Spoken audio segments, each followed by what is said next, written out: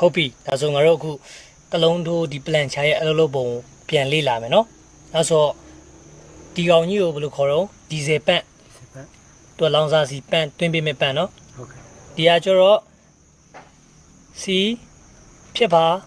နှက်ကောင်းပေါ့စီဖြစ်ပါနှက်ကောင်းပေါ့ဒါတော့တပည့်မတင်သေးတော့မတီးဘူးပေါ့တော့ဆရာအခုဒါကတော့ short ထားပြီးသားမလို့အကုန်ဖြိုးလိုက်မယ်ဒါမှမဟုတ်ဒီစီရဲ့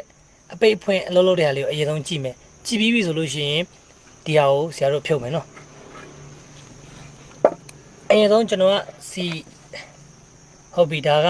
ကာဘာမှာဒီတိုင်းတက်မှာနော်တက်မှာဆိုတော့လီဘာတင်တာကဘယ်လားညာလားဆရာဘက်ဆိုရင်ဆရာဘက်နော်ဆရာဘက်ဆိုရင်ဒီဘက်ကနေကြည့်မယ်ဆိုတော့ဘယ်ဘက်ပေါ့ဒါဆိုလီဘာအတင်ဒါဆိုရင်လီဘာအချဟုတ်ပြီအဲဆိုဒီမှာစီဖြည့်ပြီးတော့လီဘာတင်ပြီးတော့ပလန်ချာစီတွန်းတဲ့ဟာလေးတစ်ချက်ကြည့်ကြည့်အောင်ကျွန်တော်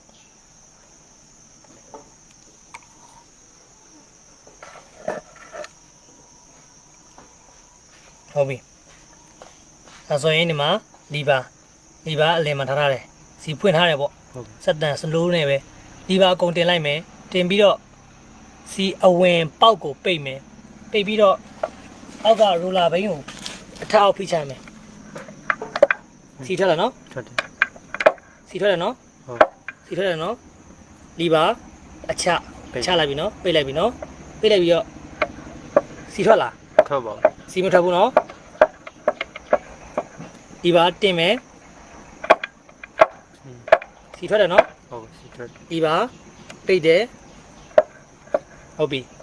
အဲ့ဒီလိုမျိုးဘာလို့စမ်းရလဲဆိုတော့ဒီပလန်ချာတစ်ခုပြင်ပြီးတာပဲဖြစ်ဖြစ်ပလန်ချာတစ်ခုအလုပ်လုပ်ပုံမှန်ဖြစ်ဖြစ်ပေါ့နော်ကိုယ်တိုင်ဆက်ပြင်တဲ့အခါမှာဒီစီအပိတ်အဖွင့်တွေကိုတေချာမစမ်းမိလိုက်တာဆိုလို့ရှိရင်စီတွေကဖွင့်အမြဲတမ်းဖွင့်နေရမျိုးဆိုလို့ရှိရင်စက်ကြီးကလီဘာအော်တိုထိုးတတ်တာမျိုးလို့ဖြစ်သွားတတ်တယ်ဒါတစ်ခုပေါ့နော်ဒါပေမဲ့အခုကျွန်တော်ကဒီမှာစီပေးဖို့မှုစနစ်လေးကိုစမ်းပြတာပေါ့ဒီရိုလာလေးကိုဖိလိုက်တဲ့အခါမှာလီဘာတင်ထားတယ်ဆိုရင်လီဘာဖွင့်ထားတယ်ပေါ့နော်လီဘာဖွင့်ထားဆိုလို့ချင်းဒီပလန်ချာစီအထက်ပိုက်ကနေအထက်ဒီနက်ထိတ်ကနေပြီးတော့ပေါ့နော်စီကထောင်ပန်းလာခဲ့တယ်အဲ့တော့သူ့ရဲ့အဲ့လိုမျိုးထောင်ပန်းလာပြီးတော့မှသူကနော်ဇယ်ပိုက်ကနေပြီးတော့နော်ဇယ်ကိုပေးပို့တယ်နော်ဇယ်ကနေပြီးတော့မှစီအမုံမွားဖန်တီးပေးပြီးတော့ပောက်ကွဲတယ်အဲ့တော့ဒီရဲ့အဲ့လိုမျိုးစီဘလို့ပေးပို့တော့ဘလို့လှုပ်ပေးတော့အနေများလေးဘလို့လှုပ်လဲဘလို့ကန်ပြီးတော့စီပေးပို့တာလဲဆိုတာလေးကိုကျွန်တော်တို့အရင်လေ့လာရအောင်နော်အဲ့တော့ကျွန်တော်ဒါဖြုတ်ပြီးအဲ့တော့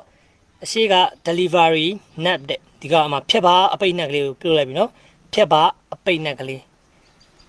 ကျွန်တော်ကလက်နဲ့ဖြုတ်ထားဆို